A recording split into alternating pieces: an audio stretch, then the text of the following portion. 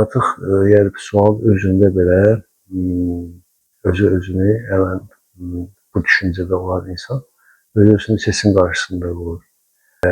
Yəni düşüncə tərzi nə qədər geniş bilsə də, yəni sualın özündə belə, sual bu verməsəydi də belə, yəni sualın özündə özünü seçim qarşısında qoymaq var. Bu da seçim qarşısında insan tək başına qalsa, heç bir şey seçə bilməyəcək, çünki hər şeydə şəkk eləyəcək, inançsızlıq, ümidsizlik və susluq təbii ki, bu halları yaşayacaq. Heç bir qərara gələ bilməyəcək, qərarlaşdıra bilməyəcək, çünki əminlik sferasında danışılmır. Ümumiyyətlə, bizim düşüncə tərzimiz, yəni əsrlərə gələn düşüncə tərzi getdikcə çox dəyişir, sürətli düşünürük, sürətli yaşayırıq. Buna əsasında düşüncə tərzi dəyişir, yaddaş mexanizmi çox şeyləri unudur məli ki, arxasında saxlayır, hansı ki, ümumiyyətlə, özünə belə müraciətdə, özünə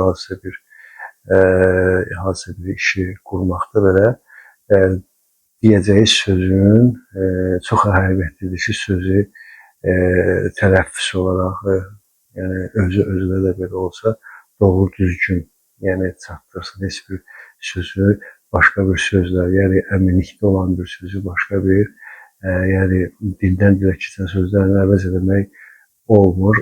Əgər olursa da, yəni uğursuz olacaq, çünki dediyimiz kimi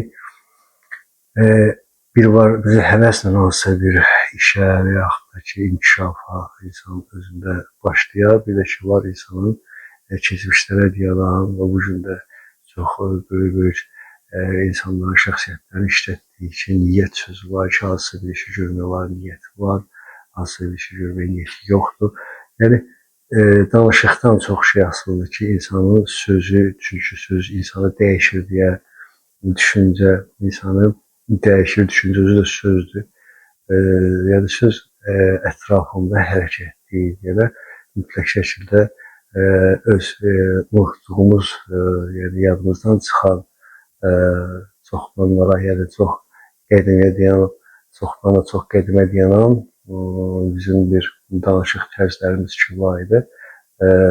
Bu qədimilik, yəni köhnəlik mənasında deyil. Qədimilik, yəni elə öz-özlüyündə, elə öz dilimizlə desək, çox da bahalı bir məlumatlardır ki, biz onu keçmişdə qoymuşuq, hansısa bir, deyək ki, tərqimlər əsasında, hansısa bir, deyək ki, müasirlik adını qoyaraq onlar keçmişdə qoymuşuq. Zaten danışıq tərzi ki, əvvəlindən ki, necə ki, ümumiyyətlə həyatımızda olub, həyatımızda, yəni bizim xasiyyətimiz olub bu cür danışmaq ki, bir çoxları da bunu bilirlər ki, yəni bu insanlar doğru düzgün danışmaq, doğru düzgün ifadə eləmək sözünü insanda əminlik yaradar, əminlik də insana arxain edir, arxainlik də insanın bu suala əsasən ki, necə təyin edək mənəvi və maddi yolda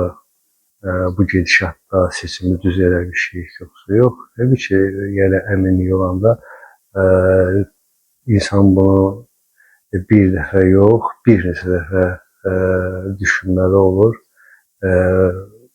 və bu da əmin olduğu üçün, yəni əminlik sferasında olduğu üçün düşüncə tərzi burada seçim həqiqətə dayanır, həqiqətdə belə bir məfhumdur ki, əgər seçim həqiqətə dayanırsa, yəni o insan onu düşündüyündən də artıq mənəvi və maddi sferada özünü inkişaf etdirmiş görəcək və bu görüntü və bu həqiqət həqiqətən də onun gözünün qarşısında baş verir öz halı ilə, öz hərəkəti ilə, öz danışığı ilə. Yəni, insan fərqində olub yaşasa ki, insan ki, hər şeyi analiz eləyəndir, yenə deyirəm, doğru düzgün, yəni mənbəsi düz olan, yəni mənbəsi düz bu mənada ki, həqiqətə dayanan danışıq tərzi, yəni hansısa bir deyək ki, dildən dilə keçmiş sözlər ki, var ki, bugünkü müasirlik adlandırırlar. Yox, bu belə danışıq tərzi beyin təbii ki, bunu tanıyacaq, insan niyyətini bununla formalaşdıracaq, amma niyyət özü xalis və həqiqət heç bir qatqısı olmadığı üçün bu cür düşüncə tərzinin hətta niyyəti olsa da insana belə bir danışağa, o niyyət sferasında həyata keçməyəcək. Və ikinci ki, sualın davamı var idi ki, sevmədiyi hər hansı bir işi sırf pula ehtiyacı var deyə davam etməlidirmi?